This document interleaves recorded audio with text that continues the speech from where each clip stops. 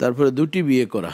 জি, দুটি বিয়ে করা। আল্লাহ তাবারক ওয়া তাআলা তো এখানে পবিত্র কোরআনে আমাদেরকে রুখসাত দিয়েছেন যে তোমাদের পছন্দ মতো দুইটি অথবা চারটি। প্রথমে আল্লাহ তাআলা মাসনা বলছেন, মাসনা ও সালাসা ও রুবা, যে দুটি, এরপরে হচ্ছে তিনটি, চারটি। যদি সে যদি সেভাবে ইনসাফ কায়েম না করতে পারে তখন একটার কথা বলছেন, যেটা আমাদের স্বাভাবিকভাবে আমাদের দেশে চলছে। যে আসলে আমাদের বাংলাদেশের প্রেক্ষাপট যদি আমরা বলি, তাহলে আমরা আসলে একটি বিবাহকেই সর্বোত্তম মনে করি। দ্বিতীয় বিবাহ করলে অনেকে খারাপ দৃষ্টিকোণ দিয়ে দেখে। বাংলাদেশের যে সামাজিক ব্যবস্থা, এটা আসলে যদি আমরা যদি কোরআনিক দৃষ্টিতে বলতে চাই, তাহলে অবশ্যই সেটা কোরআনের দিক নির্দেশনা, আল্লাহর হুকুমকে আমরা কিন্তু ছোট করে দেখছি। অবশ্যই আল্লাহ যেখানে রুখসাত দিয়েছেন, প্রথমেই আল্লাহ বলছেন মাসনা, দুইটি, এরপরে তিনটি, এরপরে চারটি।